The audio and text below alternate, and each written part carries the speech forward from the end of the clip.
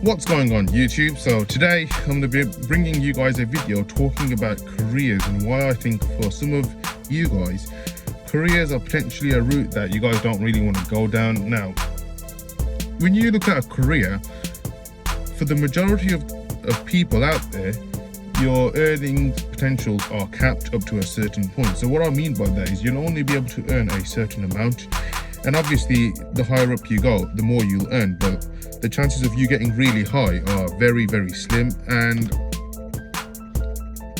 there's not many people that actually do get to the top. So for example, I know in the retail business, you look at this fly doing here. Apologies, but if you look at the retail business, you'll look at stuff like, I don't know, regional directors. Like, they might make a lot of money, but they are so far and few in between. So it's like there's not many jobs going for that kind of thing, and again, they're quite limited. So what I would recommend for a lot of you guys is think about starting an online social media business. Now, a lot of people, when I talk to them about business, they want to start off like a corner shop or something, and again, it's a lot of effort. And whereas with social media, it's quite easy. You have to, I guess, put a little bit of an investment in. It's like for this YouTube channel, what I've done is I've bought Adobe Premiere Pro 2022, and I pay £20 a month on that. And I've bought a few other things like Canva, the thumbnail app, and I hope to obviously improve the quality of my thumbnails with that. But you have to do a little bit of investments. But if you were to open a little corner shop, you'd have to get maybe a loan from the bank, and then you have to buy your products and shipping costs and all sorts, and then you have to look at rent, electricity for the premises that you're either renting, or you have to buy something outright, and it's just the costs pile up over time. And that's one of the reasons why I don't think a manual business is the right way to go for most people, most young people out there. I want to emphasize young people. Now, with social media, the thing with social media is, and not just social media, I can say this for any business, is you have to grind at it for quite a while before you see any kind of return.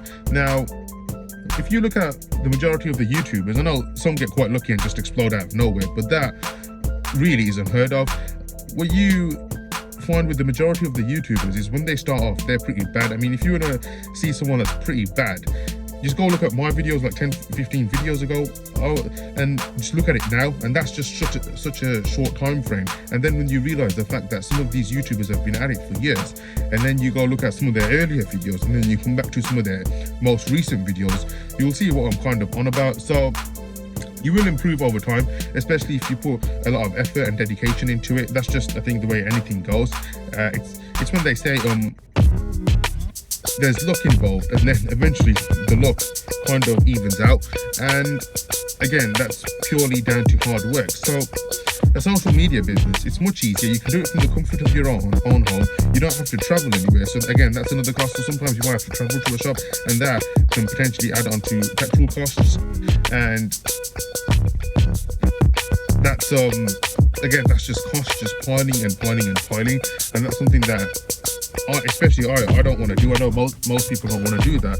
And plus, with the social media business, if you can build an audience of 100 true fans, then what you'll be able to do is, let's say you come out with something now, the products that you come out with, they have to provide some value to the world. That's just the way it goes. But let's say you come out with something really good, you're then able to sell that. Let's say, I don't know, you put out an online course for £100. You imagine selling 100 of those, that's £10,000 right there, right? £10,000, and that's just from selling a course. Then on top of that, imagine your YouTube revenue. Let's say that makes another 15,000 for argument's sake, and then let's say you come out with a book that makes another 5,000. You see how the costs are quickly adding up, and how much investment you really put into that. It's not much. Maybe, I don't know, a decent laptop. You don't even really, to get started on YouTube, you don't even need that good of a camera. I mean, I'm recording from my iPhone 11, so that should say that. I don't even have a mic, and I still think the audio sounds pretty decent. And then what else do I have? So I've bought the editing software, I've bought the thumbnail app, and again, all in all, it's cost me less than £100.